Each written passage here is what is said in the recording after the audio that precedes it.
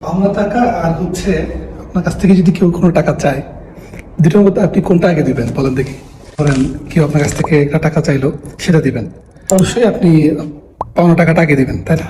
আপনি আল্লাহর কাছ থেকে একটা জিনিস পান আর হচ্ছে আপনি আল্লাহর কাছ থেকে একটা জিনিস চান, দুইটার মধ্যে আল্লাহ তাআলা আপনাকে কোনটা আগে দিবে? যেটা আপনি পান, আল্লাহর কাছ থেকে পাওনা আছেন সেটা, নাকি যেটা আপনি চান? অবশ্যই আল্লাহ তাআলা কিন্তু তার কাছ থেকে যদি কেউ কোনো কিছু পায়, তাকে কিন্তু দিতে কখনো দেরি করেন না। আল্লাহ তাআলা সবার আগে মানুষের চাওয়া পাওয়ার চাইতে যেটা মানুষ তার কাছ থেকে পাওনা আছে তাকে সেটা বুঝিয়ে দেয়।